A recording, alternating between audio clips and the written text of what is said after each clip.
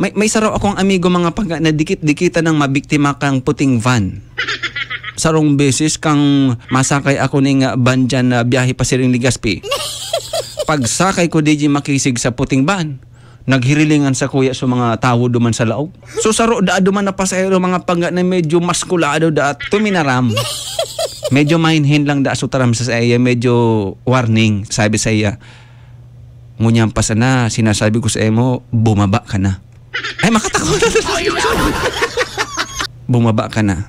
Habo kong madamay ka. At nakaano na, matukaw na duman sa 15-seater na van na puti. Di naghapot itong amigo ko. Sabi ko, ano po? Ano po, tagustuhin do akong pababaon. Sabi da, kaso itong maskulado itong sakay kang puting van. Iyo bumaba ka na ta. Arkilado mining dyan. Arkilado mining mapa Manila kami.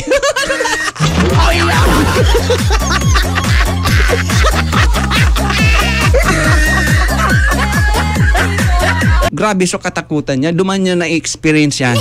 Uyog-uyog mo pagsakay mo duman sa puting van na 15-seater, sabihan ka sa laog na kung habo mo madamay, bumaba ka na. Iyo palang ta arkilado so van. Oh, yeah.